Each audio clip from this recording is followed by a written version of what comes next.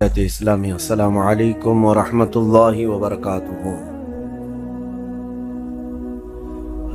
الحمد للہ وکفا وسلام علی حبیبہ المصطفى اما بعد فاعوذ باللہ من الشیطان الرجیم بسم اللہ الرحمن الرحیم ان اللہ وملائکتہ یصلون علی النبی یا ایہا الذین آمنوا صلوا علیہ وسلموا تسلیما اللهم صل على سيدنا محمد معدن الجود والكرم وآله وأصحابه الكرام وابنه الكريم وبارك وسلم صلاة دائمة سرمدا أبدا بحمده تعالی و بکرم مصطفیٰ صلی اللہ تعالی علیہ وسلم۔ آج کی شب میں قرآن عظیم کے 19 پارے مکمل ہو چکے۔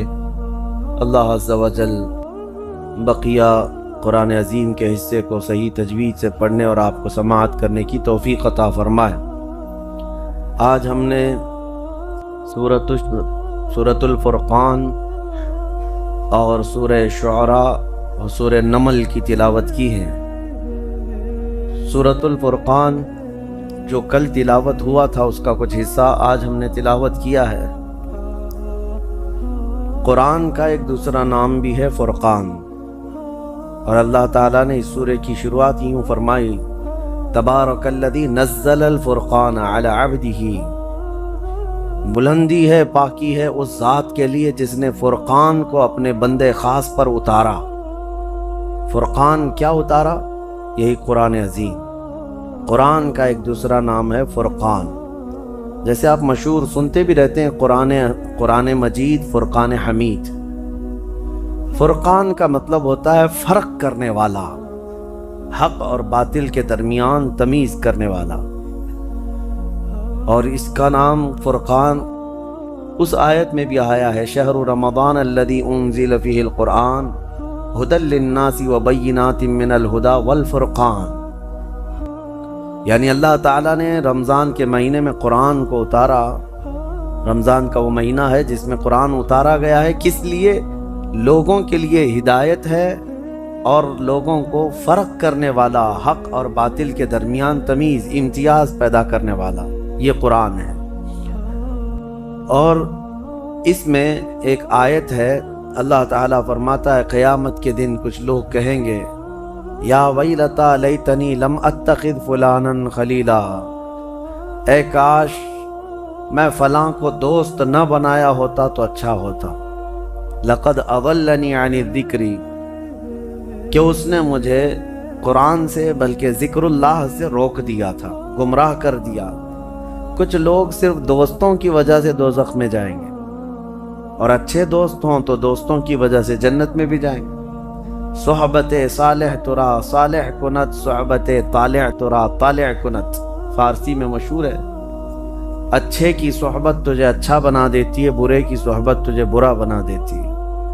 حضور اکرم صلی اللہ تعالیٰ علیہ وسلم نے بھی ارشاد فرمایا، اچھوں کی صحبت ایسے ہے جیسے کوئی عطر کی دکان میں گیا اور آیا، اگرچہ عطر نہ لگایا ہو لیکن اس کے جسم میں خوشبو آنے لگ جاتی ہے دکان پہ جا کر آنے سے ہی۔ اچھے کی صحبت میں بیٹھنے کے بعد اس کے اخلاق کا اثر آ ہی جاتا ہے۔ اور برے کی صحبت کے متعلق حدیث پاک میں ہے، ایسے ہی ہے جیسے کوئلے کے کان میں گیا، کام نہیں کیا پھر بھی کپڑوں پر کالک لگی جاتی ہے، تو اثر ہو ہی جاتا ہے۔ اسی لیے اپنی صحبتیں دیکھو میرے عزیزوں، کس کے ساتھ بیٹھتے ہو، کس کے ساتھ اٹھتے ہو، کس کے ساتھ چلتے پھرتے ہو، کس کے ساتھ تمہارے زندگی کے ایام گزر رہے ہیں، یہ بہت ضروری ہے۔ اور یہ بھی فرمایا گیا کہ انسان اس کے دوستوں سے ہی پہچانا جاتا ہے، اس کے دوستوں سے ہی اس کی کیٹیگری متعین ہوتی ہے، کس کے ساتھ بیٹھتا ہے، کن لوگوں کے ساتھ رہتا ہے، اسی سے اس کا سٹیٹس بھی معلوم پڑتا ہے، اس کا معیار بھی پتہ چلتا ہے۔ چوروں کے ساتھ رہتا ہے، اگرچہ چوری نہیں کرتا لیکن چوروں میں نام اس کا مل جاتا ہے۔ بہت ساری جگہوں پر آپ نے دیکھا ہوگا، نشہ تو نہیں کرتا لیکن جتنے نشیڑی ہیں ان کے ساتھ بیٹھتا اٹھتا ہے، لوگوں کے ذہن میں یہ بات آ جاتی ہے کہ اس کے اندر بھی وہی گر ہیں، وہی گن ہیں، یعنی جو اس کے دوستوں کے عادات و اطوار ہیں شاید اس کے اندر بھی ہوں گے۔ ہزار تم کہتے رہو کہ میں نہیں کرتا، لیکن وہ صحبت تمہاری تمہیں بدنام یہاں جب کرتی ہے تو پھر قیامت کے دن کیا ہوگا؟ اللہ تعالیٰ فرماتا ہے قیامت کے دن کچھ لوگ چیخ رہے ہوں گے، چلا رہے ہوں گے، یا ویلتا لیتنی لم اتخذ فلانا خلیلا، اے کاش میں فلاں کی دوستی نہ کیا ہوتا تو اچھا ہوتا۔ اسی لیے حضرت انس رضی اللہ تعالیٰ عنہ فرماتے ہیں مجھے زندگی میں سب سے زیادہ خوشی حضور کی ایک حدیث کی وجہ سے، ایک حدیث میں نے سنا تو سب سے زیادہ خوشی ہوئی۔ کون سی؟ نبی کریم صلی اللہ تعالیٰ علیہ وسلم نے ارشاد فرمایا المرء مع من احب، آدمی قیامت کے دن اسی کے ساتھ اٹھایا جاتا ہے جس سے وہ محبت کرتا ہے۔ حضرت انس کہتے ہیں اس حدیث سے مجھے بہت خوشی ہوئی۔ پوچھا کیوں؟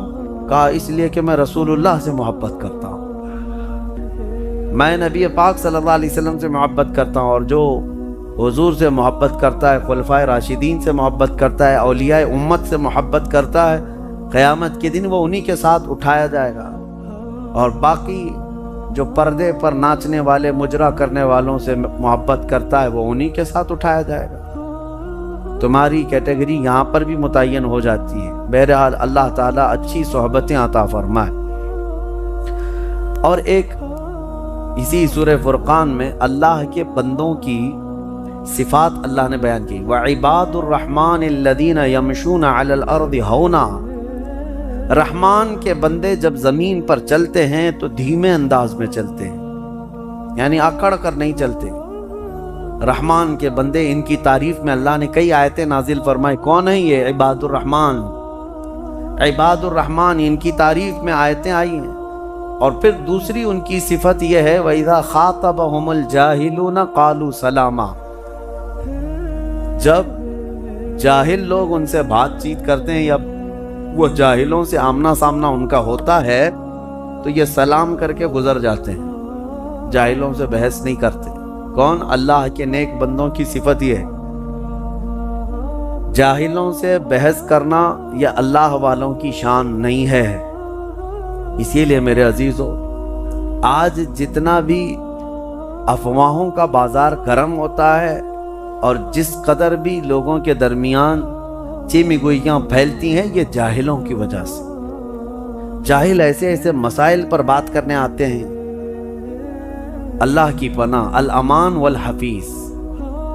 اسی لیے اللہ والوں کا یہ ہمیشہ سے طرہ امتیاز رہا ہے، وہ جہلا سے، جاہلوں سے جب ملاقات کرتے ہیں تو سلام کر کے گزر جاتے ہیں۔ آپ بھی اپنی یہ عادت ڈال لیں، جو پڑھا لکھا نہیں ہے یا جو جس طرح سے جاہل ہے، وہ اگر اعلیٰ قسم کی بحث لے کر بیٹھا ہے اور آپ بھی اس سے بحث کر رہے ہیں تو گویا کہ آپ کی بھی کیٹیگری وہی ہے، جاہلوں کی ہے۔ میں ایک مثال دیتا ہوں، امام اعمش تھے، ایک بہت بڑے امام گزرے ہیں۔ لوگ جو اہل علم تھے وہ آتے تھے اور ان کے پاس سوالات کرتے تھے، اور جب جاہل سوال کرتا ہے، اگر علم حاصل کرنے کے لیے ہو اور شریعت سے ریلیٹڈ ہو تو اچھا ہے، لیکن سوال میں اگر یوں کہے موسیٰ علیہ السلام ناشتے میں کیا کھاتے تھے، تم کو کیا پڑی ہے اس سے؟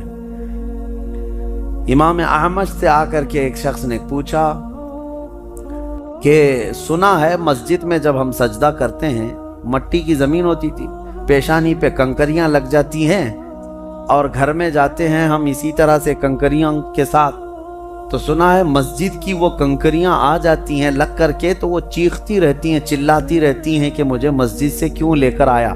جیسے اور بھی بہت سارے لوگ یہ کہتے ہیں مدینے کی مٹی لے کر کے آؤ تو وہ روتی ہے، ہاں بہت روتی ہے، اس کا کیا کرنا چاہیے کہ وہاں سے اٹھا کر کے تم لائے اس کی پاکیزہ جگہ سے۔ امام اعمش نے فرمایا، جب اس نے سوال کیا کہ وہ کنکریاں روتی ہیں، چلاتی ہیں، تو اس کا کیا حل ہے، تو آپ نے فرمایا ان کے گلے مضبوطی سے پکڑ لو، وہ ساری کنکریوں کے گردن دبا کے رکھو تاکہ کوئی نہ چلائے۔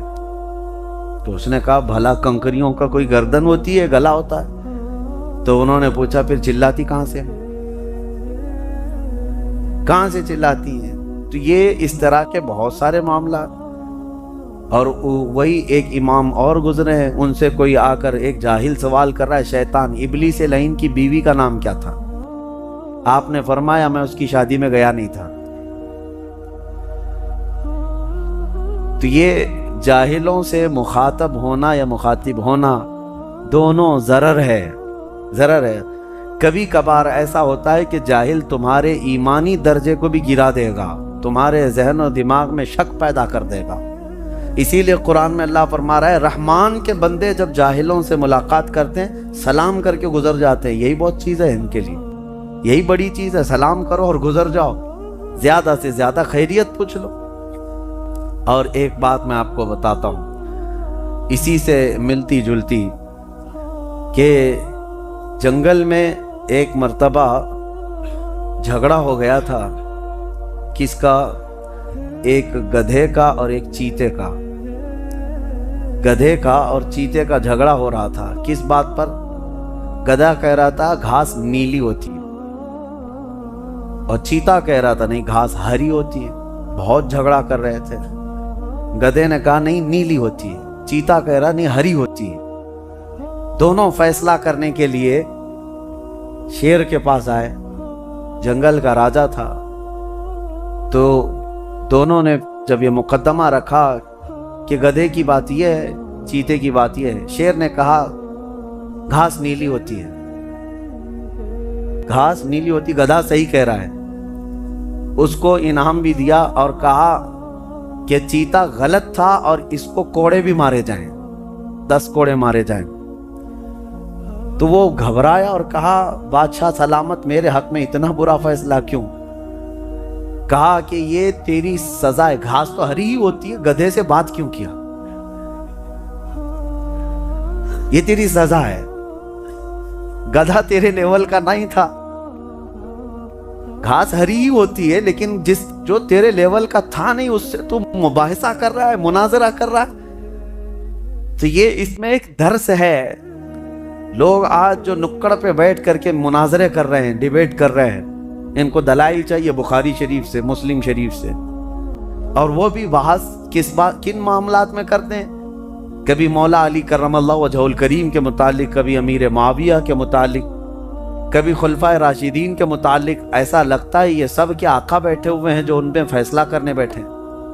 اور حضور پاک صلی اللہ علیہ وسلم کے علم غیب کے متعلق، ان کے حاضر و ناظر ہونے پر، ان کے بشر و نور ہونے پر ایسی بحثیں رہتی ہیں۔ میرے عزیزوں، میں یہ نہیں کہتا کہ آپ اسلامی ڈیبیٹ کا حصہ نہ بنیں، بالکل شوق سے، لیکن اصول پہلے علم حاصل کرو، اصول دین پڑھو، اس کے بعد شوق سے مناظرے کرو۔ اور یہاں حال یہی ہے کہ کسان جو ہے پھاوڑا چلاتا رہا کھیت میں، اور اچانک کسی کا پیٹ درد ہوا، اس کو سرجن کے پاس لے جانا چاہیے کہ کسان کے پاس لے جانا چاہیے؟ اب اگر آپریشن تھیٹر میں کسان بھی آپریشن کرنے لگے تو کیا کرے گا؟ وہ پھاوڑے سے آپریشن کرے گا۔ اسی طرح سے جس کی جو فیلڈ نہیں ہے، جس کا جو میدان نہیں ہے، جب وہ اس میں کودتا ہے تو ادھر کی ادھر، ادھر کی ادھر کر دیتا ہے۔ اللہ تبارک و تعالی گمراہی سے محفوظ فرمائے۔ اسی لیے آدھا علم بھی مت حاصل کرو۔ میں نے دیکھا ہے بہتوں کو، ایک قاعدہ کچھ سیکھ لیا تو اس کو ہر جگہ فٹ کرنے لگ جاتے ہیں۔ اسلام کی باریکیاں، اصول دین، اصول فقہ، اصول حدیث، بہت اس میں باریکیاں ہیں۔ اور یہ جو جتنے بھی گمراہ فرقے ہیں نا، یہ اسی طرح سے گمراہ ہوئے۔ انہوں نے ایک قاعدہ سیکھا اور اس کو سب پہ فٹ کرنے لگے، سنیوں پر اس کو فٹ کرنے لگے جو مشرکوں پر اتری ہوئی آیتیں، مشرکوں کے حق میں جو اتری ہوئی تھیں، ان آیتوں کو رسول پاک صلی اللہ علیہ وسلم پر جو اتری ہیں آیتیں مشرکین کے حق میں، وہ سنیوں پر فٹ کرنے لگ جاتے ہیں۔ گمراہی یہیں سے آتی ہے، اسی لیے آدھا علم حاصل مت کرو۔ مشہور محاورہ ہے، بلکہ ایک قول ہے، نیم حکیم خطرے جان، نیم ملا خطرے ایمان۔ یہ کہا جاتا ہے نا، آدھا ڈاکٹر جو ہے جان کا خطرہ ہے اور آدھا مولوی ایمان کا خطرہ ہے۔ اللہ تعالی حفاظت فرمائے۔ سورہ شعراء ہم نے تلاوت کی، جس میں کثیر انبیاء کرام کا ذکر ہے۔ اتنی بہترین اس میں آیتیں ہیں۔ اللہ تبارک و تعالی نے انبیاء کرام علیہ السلام کے احوال اس طرح بیان کیے، پڑھنے میں لطف بھی آتا ہے، پڑھنے میں بڑا مزہ آتا ہے۔ ہر نبی کا ایک قول اللہ نے اس میں بیان فرمایا۔ نوح علیہ السلام 950 سال تبلیغ کرتے رہے، لوط علیہ السلام اپنی قوم کو ڈراتے رہے، حضرت صالح علیہ السلام اپنی قوم میں اللہ کی بڑائی بولتے رہے، حضرت شعیب علیہ السلام، ان سب نبیوں کا ایک قول یہ ہے، وہ اپنی قوموں سے یہ کہتے تھے ان اجری وما اسألکم علیہ من اجر ان اجری الا علی رب العالمین، اے لوگوں میں جو کچھ تمہیں سکھا رہا ہوں اس پر میں تم سے کوئی اجرت نہیں مانگتا، میرا اجر تو رب العالمین کے پاس۔ یہ انبیاء کرام کا قول تھا۔ اللہ تعالی ہمیں انہی کے نقش قدم پر چلا ہے۔ میں آپ سے یہی کہتا ہوں کہ ہم جو کچھ بھی یہاں خدمت کر رہے ہیں، نہ مسجد سے ہم اس کی کوئی اجرت کا مطالبہ کرتے ہیں، اور نہ ہی لوگوں سے مجھے کوئی توقع ہے، نہ ہی ہم نے کوئی مطالبہ رکھا ہے۔ اللہ تعالیٰ ان انبیاء کی سنت پر ہمیں زندہ رکھے۔ ہم جو کچھ بھی دین کا کام کر رہے ہیں، مولا ہمارا اجر قیامت میں عطا فرمائے۔ ہاں، اگر طے کر لیا آدمی، مانگ لیا، مطالبہ کیا، تو گویا کہ اس نے اپنی اجرت مانگ لیا اور دنیا میں برابر ہو گیا، اور مطالبہ نہیں کیا ہے تو انبیاء کی نیابت میں کام کر رہا ہے، وہ نبیوں اور رسولوں کی نیابت میں کام کر رہا ہے۔ شعراء جو ہے یہ لفظ ایک آیت کی وجہ سے پورے سورے کا نام ہی شعراء ہو گیا۔ شعراء، شاعر کی جمع شعراء، جو شاعر ہوتے ہیں نا، شعر و شاعری کرنے والے، ان کے بارے میں قرآن کیا کہتا ہے؟ شاعر لوگوں کے بارے میں، وَالشُّعَرَاءُ يَتَّبِعُهُمُ الْغَاوُونَ، اللہ فرماتا ہے یہ جتنے شاعر لوگ ہیں اکثر یہ گمراہی کی طرف جاتے ہیں، یہ ایک گڑھے میں گر جائیں گے۔ ہوتا بھی یہی ہے۔ یہ کون سے شاعروں کے لیے ہے؟ جو نعت رسول پڑھتے ہیں یا اللہ کی حمد بیان کرتے ہیں اشعار میں، ان کے لیے نہیں ہے۔ فضول شاعری جو کرتے ہیں، دنیاوی لغویات، محبوبہ کا حسن بیان کر رہے ہیں، معشوقہ کے جلوے بتا رہے ہیں، یہ وہ شاعر ہیں جن کے بارے میں قرآن کہہ رہا ہے کہ یہ سب کے سب گمراہی کے گڑھے میں گرنے والے ہیں، سب کے سب گمراہی میں جائیں گے۔ ہاں، لوگ اس کو آج ایک پروفیشن سمجھتے ہیں، شاعر بننا، کوی۔ اگرچہ پوئٹری جو ہے لوگوں کے دل بہلانے کے لیے ہوتی ہے، اور جو دل بہلانے کے لیے یہ سب چیزیں ہوتی ہیں انہی شاعروں کے بارے۔ ہاں، اگر کوئی فکر کے لیے، اصلاح کے لیے اور تمہارے ذہن کو ابھارنے کے لیے شعر کہتا ہے، جیسے جنگوں میں صحابہ کرام رجزیہ اشعار پڑھتے تھے کہ جب وہ اشعار پڑھتے تو لوگوں میں جوش آتا تھا اور جہاد میں آگے بڑھتے تھے، تو ان شاعروں کی مذمت نہیں آئی۔ حضور پاک کی تعریف بیان کرنے والے جو شعر ہیں، اس سے تمہارے دلوں میں حضور کی محبت پیدا ہوتی ہے۔ کیا اعلیٰ حضرت کے اشعار پڑھتے ہی ہمیں اللہ کے نبی کا حسن نہیں یاد آتا؟ محبت میں جھوم جاتے ہیں۔ جو بھی عاشقان رسول کے اشعار ہیں وہ پڑھ سکتے ہیں، ان کی مذمت نہیں آئی۔ اللہ کی حمد میں جو شعر بیان کیے گئے اس کی مذمت نہیں ہے۔ اولیاء امت کے متعلق جو اشعار ہیں، اسلام کی فضیلت میں، قرآن کی فضیلت میں، یا دینی معاملات علماء کی فضیلت میں جو اشعار ہیں، ان کی مذمت نہیں ہے۔ صرف مذمت ان دنیاوی شاعروں کی ہے جو صرف دنیا کمانا چاہتے ہیں۔ یہاں رک کر کے میں ایک تھوڑی سی بات یہ بھی عرض کر دوں میرے عزیزوں، اگر کوئی نبی پاک صلی اللہ علیہ وسلم کی نعتوں کو بھی اپنا ذریعہ معاش بنا لیا، یعنی اس کو ایک ایسا دھندا بنا لیا اور جہاں پڑھتا ہے اس کی طلب یہی رہ جاتی ہے کہ مجھ پر نوٹوں کی برسات ہو، تو وہ نعت نہیں پڑھ رہا ہے اور نہ ہی اس کو کوئی اجر ہے، وہ کسی اجر کے لیے نہیں کر رہا ہے، وہ اپنی اجرت وہیں پر حاصل کر رہا ہے جو دنیاوی کاموں میں مشغول ہے۔ اور ایسے پڑھنے والوں سے کبھی عشق رسول بھی نہیں مل پائے گا، کبھی نہیں مل پائے گا۔ اب ہم نے دیکھا ہے ہمارے اس ملک میں بہت سارے شعراء کا حال، تو اللہ کی پناہ، وہ سٹیج ہلا دیتے ہیں، توڑ دیتے ہیں، اور جتنے پیسوں کی برسات آتی جائے اور ان کے بعد جوش بڑھتا چلا جاتا ہے، حال طاری ہوتا ہے۔ اور لوگوں میں بھی ایسا رواج پیدا کر دیا گیا ہے، جو جلسے میں جاتے ہیں وہ نوٹوں کی گڈیاں ساتھ میں لے کے جاتے ہیں۔ پہلے کا ایک رواج تھا، ایک دور تھا کہ جو نبی پاک صلی اللہ علیہ وسلم کی شان بیان کر رہا ہے اس کو نظر پیش کی جاتی تھی، ہدیہ پیش کیا جاتا تھا، ٹھیک ہے، لیکن یہ آج پورا کا پورا یہ دکھاوا ہو گیا اور ایک کھیل تماشا ہونے لگ گیا۔ اور ایک حیرت کی بات میں بتاؤں آپ، حیرت کی بات، میں بیٹھا بھی ہوں ایک محفل میں، حضور پاک صلی اللہ علیہ وسلم کی نعت پڑھتا رہا شاعر کافی دیر تک، ماحول ٹھنڈا رہا، نوٹ آ نہیں رہے تھے، ہم بھی بیٹھے ہوئے تھے، ایک پیر صاحب بھی تھے اس مجمع میں، شاعر نے جو ہے ڈائیورٹ کر لیا اپنے رخ کو اور وہاں سے پیر صاحب کی شان میں اب اشعار پڑھنے لگا۔ او جوش، ماحول گرم ہو گیا، لوگوں کے نوٹ نکلنے لگ گئے اور اس پر برسانے لگ گئے۔ کس طرح کا مجمع بنایا گیا ہے میرے عزیزو، اس حبیب رب العالمین کی شان میں نعت پڑھنے پر سناٹا ہے، جس کی تعریف میں قرآن رطب اللسان ہے، جس کی تعریف میں تمام کائنات کی اشیاء رطب اللسان ہیں، اس نبی رحمت کی تعریف میں تمہارے کانوں میں سناٹا ہے۔ اور ایک پیر کے متعلق جیسی ہی کہہ دیا گیا، جوش آ گیا۔ یہ شخصیت پرستی کا جو رواج شروع ہوا، اس سے بچا جائے، اس سے بچا جائے۔ میں اس کے سخت مخالف ہوں۔ بات ہو تو رسول رحمت کی بات، مصطفیٰ کریم صلی اللہ علیہ وسلم کی بات ہو۔ میں نے کبھی یہ اپنے لیے پسند نہیں کیا کہ میرے شان میں یا میرے لیے کوئی بڑے القاب یا بڑے اشعار پڑھے جائیں، کبھی نہیں۔ اللہ گواہ ہے اس بات کا۔ ہماری خواہش صرف اتنی ہوتی ہے، ہمارا اپنا نام کس کی وجہ سے ہے؟ وہ رحمت دو عالم صلی اللہ علیہ وسلم کی وجہ سے ہے۔ اگر نبی پاک صلی اللہ علیہ وسلم کی نسبت ہمارے ساتھ نہ ہو تو ہم تو ایک مردہ لاش ہیں، ہماری اپنی کوئی حیثیت نہیں۔ شاعروں کو یہ چاہیے نعت خاں بنو، نوٹ خاں نہ بنو۔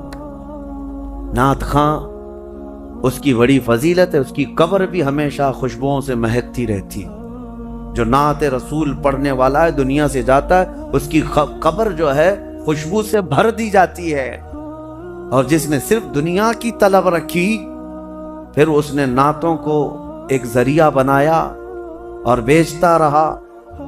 آج بہت سارے ایسے معاملات ہیں۔ ایک شاعر کو یہی میں نے کافی سال پہلے، 10 سال پہلے، 10-12 سال ہو گئے ہوں گے، بہت پیسے دے کر کے لوگ بلائے تھے، میں بھی تھا جلسے میں۔ نماز کا وقت ہوا، ہم نماز کے لیے کھڑے ہو گئے، لیکن وہ پان کھاتے ہوئے باہر بھاگ گئے، نماز نہیں پڑھی۔ پھر صبح کی بھی نماز نہیں، عشاء کی بھی نماز نہیں۔ مجھے بہت اس چیز سے نفرت ہوتی ہے کہ نماز کے لیے ذرا برابر بھی سستی نہ کی جائے، کاہلی نہ کی جائے، چاہے وہ کوئی بھی ہو، معاف نہیں ہے اس کے لیے، پیر ہو کوئی بھی ہو۔ دوسرے دن وہ جلسے والوں سے میری بات ہو رہی تھی، تو میں نے پوچھا ایسا کیسے ہے؟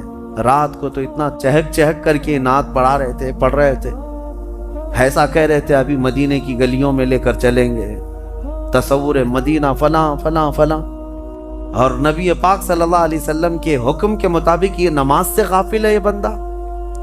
تو جا کر کے کسی نے کہا بھی کہ شاعر صاحب آپ نماز نہیں پڑھ رہے ہیں۔ وہ اس پر اترا کر کے وہ اور گھمنڈ سے کہتا ہے دو میں سے ایک کام کرا لو، جلسہ کرا لو یا تو نماز پڑھا لو۔ نعوذ باللہ من ذالک۔ یہ ایک بات پھیلی ہوئی ہے، مشہور بھی ہے۔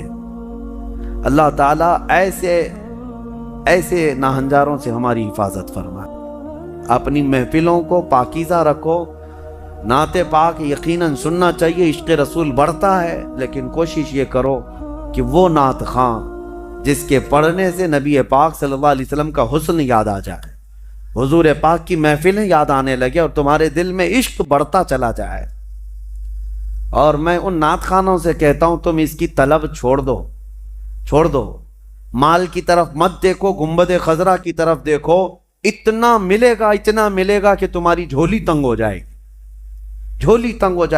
بڑے بڑے اور بھی نعت خواں ہیں جن سے ہماری ملاقات ہے، الحمدللہ انہوں نے کبھی مطالبہ نہیں کیا، لیکن اللہ کے حبیب کی بات کرتے ہیں تو اتنا انہیں نوازا گیا ہے کہ وہ اب خود دوسروں کو نوازتے ہیں۔ یہ بھی میرے سامنے موجود ہے۔ میں ان سے کہتا ہوں کہ تم طلب مت رکھو، میرے آقا جو دیتے ہیں ان کے دربار سے جو ملتا ہے وہ بہت ہوتا ہے۔ اللہ کریم ہمیں بے نیاز رکھے۔ بس سورہ نمل آخری سورہ جو ہم نے تلاوت کی چونٹی کے نام سے سورہ ہے، نمل چونٹی کو کہتے ہیں۔ اور ایک واقعہ اس میں ذکر ہوا ہے حضرت سلیمان علیہ السلام کا، کہ اللہ تعالیٰ نے سلیمان علیہ السلام کو ہر جانور، ہر پرندے کی بولی سکھائی تھی۔ وہ اللہ کے نبی سارے پرندوں کی بولیاں جانتے تھے۔ ان کا ایک واقعہ بھی موجود ہے کہ وہ اپنی مجلس جب سجاتے تو سارے پرندوں کو، سارے جانوروں کو حاضر ہونے کا حکم دیتے، سب آ جاتے۔ ایک مرتبہ سب کو حاضر ہونے کا حکم دیا، جنات بھی، انسان بھی، پرند بھی، چرند بھی، جانور بھی، سارے پوری محفل کو دیکھتے ہیں۔ سلیمان علیہ السلام نظر ڈالتے ہیں اور کہتے ہیں اس میں ایک پرندہ غائب ہے جس کا نام ہدہد ہے، کہاں ہے یہ؟ وہ نظر نبی کی نظر ہے، امتی تو سب تھے لیکن جانوروں میں سے ایک پرندہ حاضر نہیں تھا۔ کہتے ہیں کہ مالی لا ار الہدہد، کہاں ہے؟ میں ہدہد کو نہیں دیکھ پا رہا ہوں، کہاں گیا ہے؟ اگر یہ غائب ہے بغیر بتائے، لأعذبنہ عذابا شدیدا، میں اسے سخت ترین سزا دوں گا۔ اگر وہ میرے بغیر بتائے گیا، کلاس سے غیر حاضر ہو رہا ہے بغیر بتائے، تو سلیمان علیہ السلام نے جیسی کہا، سبوں نے کہا کہ اے اللہ کے نبی وہ غائب ہے، مجلس میں نہیں ہے۔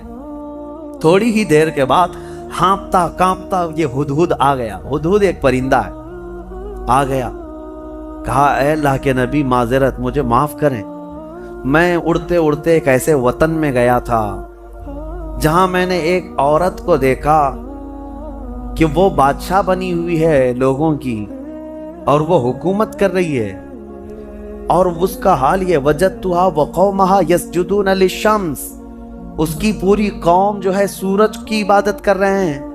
پرندہ تعجب کر رہا ہے لوگوں پر، پرندہ تعجب کر رہا ہے، سورج کی پوجا کرنے والوں کو میں دیکھ کر کے آیا۔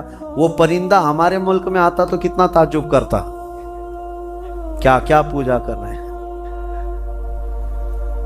وہ پرندہ یہ سبا بلقیس ملکہ تھی، یہ رہنے والی تھی یمن کی، اور حضرت سلیمان علیہ السلام فلسطین میں ہیں، اور یہ پرندہ یمن سے اڑ کر کے آیا اور کہا میں ایک ایسی عورت کو دیکھا جو حکومت کر رہی ہے اور اس کی ساری قوم سورج کی عبادت کر رہی ہے۔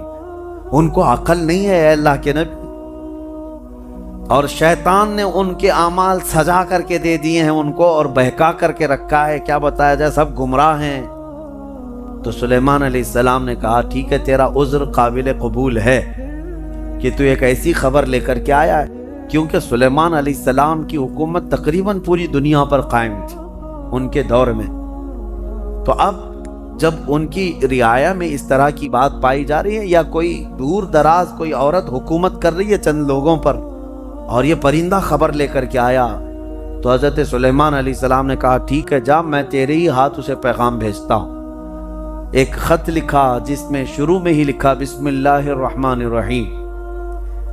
یہ خط لے کر کے اس کو کہا کہ جا اس سے کہہ دے کہ تو اور تیری قوم یہ سورج کی عبادت چھوڑ کر اللہ وحدہ لا شریک کی عبادت کریں۔ تو یہ خط جب گیا تو یہ ہدہد جا کر کے وہ ملکہ سبا بلقیس کے پاس خط چھوڑ دیا۔ بلقیس نے خط اٹھا کر پڑھا اور پھر ڈر گئی کہ سلیمان کی طرف، وہ بادشاہ تھے اس وقت کے، سلیمان علیہ السلام کی طرف سے خط آیا ہے۔ اپنے درباریوں کو بلایا، کہا کیا کروں، مشورہ دو۔ سبوں نے کہا ہم طاقتور ہیں، بہت لڑیں گے، دیکھا جائے گا سلیمان علیہ السلام کی فوج اگر آتی ہے تو ہم لڑیں گے، ماریں گے۔ بلقیس نے کہا نہیں، لڑائیوں میں نقصان کے علاوہ کچھ نہیں ہوتا، شہر کے شہر تباہ ہو جاتے ہیں۔ اگر وہ اپنی فوج لے کر ہمارے علاقے میں آئے تو سب مر جائیں گے، شہر بھی برباد ہوگا۔ ایک کام کرتی ہوں، اکثر بادشاہ ٹیکس کے لیے یہ سب کرتے ہیں، یعنی جیسے یہاں پر بھی ہوتا تھا کہ علاقے فتح کرتے تھے، اور اس علاقے کا جو نواب ہوتا یا راجہ ہوتا اگر وہ ٹیکس دینے لگ جائے تو چھوڑ دیا جاتا۔ تو بلقیس کہتی ہے کہ دیکھتے ہیں بڑے بڑے ہدیے، تحفے اور مال دے کر سلیمان علیہ السلام کو بھیج دیں گے کہ سال میں ہم لوگ اتنا دیتے رہیں گے، ہمیں چھوڑ دیجیے۔ کہا سب لوگوں نے یہ مشورہ پسند کیا، اور پھر بہت سارے تحفے اور ہدایہ لے کر کے لوگ سلیمان علیہ السلام کے پاس آئے اور پیش کیا، یہ ہماری ملکہ بلقیس کی طرف سے ہدیہ ہے، آپ کے لیے قبول فرمائیں۔ سلیمان علیہ السلام نے دیکھا اور کہا اتمدوننی بمال فما آتانی اللہ خیر مما آتاکم، تم یہ ہلکے مال سے مجھے لبھانے آئے ہو؟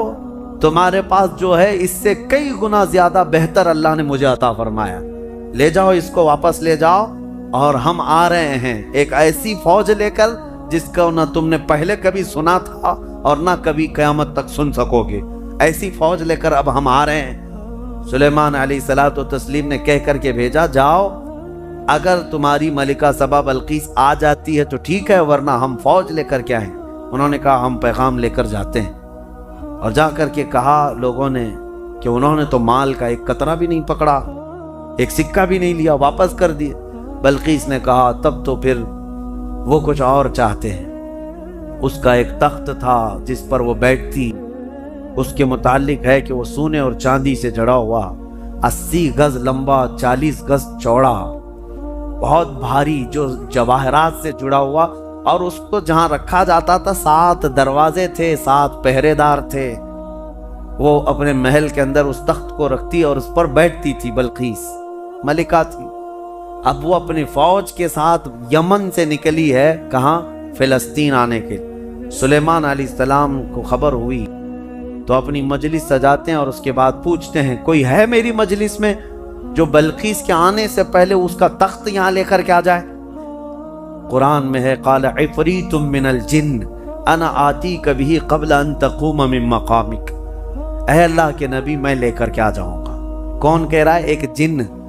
عفریت من الجن کا مطلب ایک سرکش جن تھا، بہت بھاری دیو تھا، بڑا جن۔ وہ کہتا ہے کہ میں وہ تخت لے کر کے آ جاؤں گا۔ کب تک؟ کہتا ہے آپ کی مجلس ختم ہونے سے پہلے لے کے آؤں۔ جنات کی بڑی طاقت ہوتی ہے، اسی لیے بہت سارے بابا لوگ جنات کو قبضے میں کرنے کی کوشش کرتے ہیں۔ ہاں، کیا کیا عمل کر کر کے موکل حاصل کرنے کے لیے کوشش کرتے ہیں، اور یہ موکل ہوتے کیا ہے میں آپ کو بتاؤں۔ بیچاروں کو یہ خود کو نہیں پتا ان کی خود کی طاقت کتنی ہے، ان سے خود سے جنات بھاگ رہے ہوتے ہیں ڈر کے، آپ سے بھی ڈر کے بھاگتے ہیں جنات، آپ کو پتہ نہیں۔ اور حیرت کی بات یہ ہے کہ تم خود ان سے ڈرے ہوئے بیٹھے ہو، پتہ نہیں کہاں سے جن آ جائے، جن تم سے ڈر رہا ہے، پتہ نہیں انسان کیا کر لے گا، تمہاری طاقت زیادہ ہے۔ تو جن نے جب یہ کہا کہ آپ کی مجلس ختم ہونے سے پہلے میں لے کے آؤں گا، سلیمان علیہ السلام نے کہا اس سے بھی جلدی کوئی لا سکتا ہے؟ قرآن میں ہے قال الذی عنده علم من الکتاب انا آتیک بہ قبل ان یرتد الیک طرفک۔ سلیمان علیہ السلام کی امتیوں میں سے ایک انسان جو اس وقت کے ولی تھے، حضرت آصف بن برخیہ، کھڑے ہوئے، کہا اے اللہ کے نبی میں لے کے آؤں گا۔ کہا کب تک لاؤ گے؟ کہا آپ کی پلک جھپکنے سے پہلے لاؤں، آپ کی پلک جھپکنے سے پہلے میں لاؤں گا۔ یہ قرآن کے الفاظ میں بتا رہا ہوں۔ فلما رآہ مستقرا عنده، ابھی سلیمان علیہ السلام بات کمپلیٹ کر رہے تھے، سلیمان علیہ السلام نے گھوم کر کے دیکھا تو وہ تخت لا چکے تھے۔ جا کر کے تھوڑا سا میپ میں چیک کر کے دیکھ لینا فلسطین سے یمن کا ڈسٹینس کتنا ہے، یمن اور فلسطین میں کتنے کلومیٹر کا فاصلہ ہے۔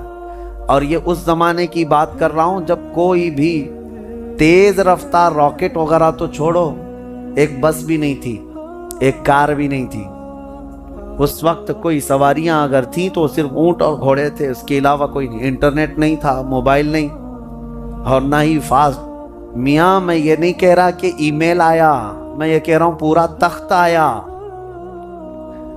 پورا تخت آیا، فزیکلی پکڑ کے دیکھ سکتے ہو، یہ نہیں ہے کہ صرف اس کی تصویر آئی تھی۔ اب میں آپ کو بتاؤں سلیمان علیہ السلام نے جب یہ دیکھا تو کیا کہتے ہیں جانتے ہیں؟ اچھا ایک بات میں آپ کو بتا رہا ہوں، سلیمان علیہ السلام کون ہے؟ اللہ کے نبی ہیں، اور تخت جو لائے وہ کون ہے؟ اللہ کے ولی ہیں، نبی نہیں تھے، وہ ولی تھے۔ سلیمان علیہ السلام خود بھی تو لا سکتے تھے، ارے وہ جنات سے پوچھ رہے ہیں اور اپنے امتیوں سے پوچھ رہے ہیں۔ سلیمان علیہ السلام خود بھی تو لا سکتے تھے۔ یہ عقل کے اندھوں کو اس میں درس ہے جو نبی کی طاقت پر سوال کرتے ہیں۔ سلیمان علیہ السلام لا ضرور سکتے تھے، لیکن یہ چھوٹا کام ان کے ذہن نہیں دیتا تھا۔ ان کے امت کا ایک چھوٹا آدمی بھی یہ کام کر سکتا تھا۔ لوگ تو آج یہ پوچھتے ہیں کہ نبی کو پیٹھ پیچھے کا علم نہیں، دیوار پیچھے کا علم نہیں، تمہارے باپ کی 70 پشتوں کا بھی علم میرے مصطفیٰ کو ہے۔ نبی پاک صلی اللہ تعالیٰ علیہ وسلم کو ہر شے کا علم اللہ نے عطا کیا ہے، اور طاقت و قوت کا عالم بھی یہی ہے۔ جب ان کے گدا بھر دیتے ہیں شاہان زمانہ کی جھولی، محتاج کا جب یہ عالم ہے تو پھر مختار کا عالم کیا ہو؟ محتاج کا جب یہ عالم ہے تو مختار کا عالم کیا ہوگا؟ اور وہ نبی نہیں تھے، ولی تھے، تخت لائے۔ سلیمان علیہ السلام نے اس بات پر کیا کہا؟ ھذا من فضل ربی۔ یہ نہیں کہا دیکھو میری طاقت کتنی ہے، کہا یہ جو کچھ بھی ہوا یہ میرے رب کے فضل سے ہوا، میرے رب کے فضل سے۔ لوگوں ہمیشہ اس بات کو یاد رکھو۔ ہمارے یہاں پہلے رواج تھا، گھروں کے اوپر بھی ایک تختی لکھ کر کے لگائی جاتی تھی، ھذا من فضل ربی ہوتا تھا، گھروں پر یہ لگائے جاتے تھے۔ کیوں؟ گھر میں نے بنایا ہے، محنت سے بنایا، کمایا ہے، چڑھایا ہے، دیواریں چھت ڈالی ہے، لیکن لاسٹ میں یہ جملہ لکھتے تھے یہ سب میری طرف سے نہیں، ھذا من فضل ربی، یہ میرے رب کے فضل سے ہے۔ یہ ہمیشہ مسلمانوں کو یاد رکھنا چاہیے۔ اب اس کے بعد ملکہ بلقیس پتہ نہیں کتنے دنوں کے بعد پہنچی، آئی دربار سلیمان میں۔ جب حاضر ہوئی تو حضرت سلیمان علیہ السلام نے کہا تھا نکروا لہا عرشہا، اس کے تخت کو جو ہے جگہ جگہ سے تھوڑا سا ڈیمیج کر کے رکھو، سوراخ کر کے رکھو۔ تخت اسی کا ہے، بلقیس کا۔ جب وہ آئی سلیمان علیہ السلام کے پاس تو سلیمان علیہ السلام اس کو تخت کے پاس لے گئے۔ اہاکذا عرشکی، تیرا تخت بھی ایسا ہی ہے جس پر تو بیٹھتی ہے، تیرا تخت بھی ایسا ہی ہے؟ وہ غور سے دیکھتی ہے، قالت کأنہ ہوا، ایسا ہی نہیں یہی ہے، یہ تخت ایسا ہی، میرے تخت کی طرح نہیں، یہی ہے میرا تخت۔ اور اس کے بعد جب اس نے طاقت سلیمان کو دیکھا تو کہتی ہیں اسلمت مع سلیمان للہ رب العالمین، میں سلیمان علیہ السلام کے ساتھ رب العالمین اللہ پر ایمان لے آتی ہوں۔ اسلمت کا مطلب ہوتا ہے اسلام لائی۔ ملکہ بلقیس بھی اسلام لائی، ہاں سبا بلقیس بھی اسلام لائی، یہ لفظ ہے اسلمت۔ انشاءاللہ اس زمانے کی بھی کوئی وکٹوریا ہوگی وہ بھی اسلمت کہے گی۔ جب طاقت مصطفیٰ کریم صلی اللہ علیہ وسلم کے مظاہرے دیکھے تو وہ اسلمت کہے کہ میں اسلام لائی۔ یہ واقعہ سورہ نمل میں موجود ہے۔ اس کے بعد سلیمان علیہ السلام ایک وادی سے گزر رہے تھے، اس وادی میں چونٹیاں بہت زیادہ تھیں۔ تو ایک چونٹی کہتی ہے جو رانی تھی کہ چونٹیوں جلدی جلدی اپنے سوراخوں میں چلے چلو کہ سلیمان علیہ السلام اور ان کا لشکر آ رہا ہے، اور کہیں وہ بے خبری میں تمہیں روند نہ دیں۔ یہ جملہ جو ہے قرآن میں ہے۔ چونٹی کہتی قالت یا ایھا النمل ادخلوا مساکنکم لا یحطمنکم سلیمان وجنودہ وہم لا یشعرون، سلیمان اور ان کی جو فوج ہے کہیں وہ بے خبری میں تمہیں روند نہ دیں، جلدی جلدی اندر چلو۔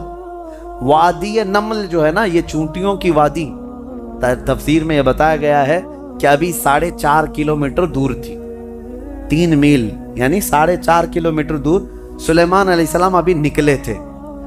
اسی وقت چونٹی کو پتہ چل گیا کہ اللہ کے نبی اور ان کی فوج، ان کی امت آ رہی ہے۔ اور جب اس چونٹی نے یہ بات کہی سب دوڑنے لگی اپنے سوراخوں میں۔ تو اب آگے کی آیت سنو، حیرت ہوتی ہے۔ سلیمان علیہ السلام کے بارے میں قرآن کہتا ہے فَتَبَسَّمَ ضَاحِكًا مِّن قَوْلِهَا، چونٹی کی یہ بات سن کر کے حضرت سلیمان علیہ السلام مسکرا پڑے۔ سلیمان علیہ السلام مسکرا پڑے۔ کبھی آپ نے چونٹی کی بات سنی؟ مچھر کی تو سمجھ میں آتی ہے، کان کے پاس آ کر کے گھیں گھیں گھیں کرتا ہے، لیکن میں نے تو چونٹی کی آج تک نہیں سنی۔ آپ نے سنی ہے؟ ہوتی ہے آواز اس کی بھی، اس کی بھی آواز ہوتی ہے، اور آواز بھی اگر سن لیا تو بات کیا کر رہی ہے کون بتائے۔ لیکن قرآن میں ہے حضرت سلیمان علیہ السلام اس چونٹی کی بات پر ہنس پڑے، مسکرا دیے، وہ بھی 4.5 کلومیٹر دور۔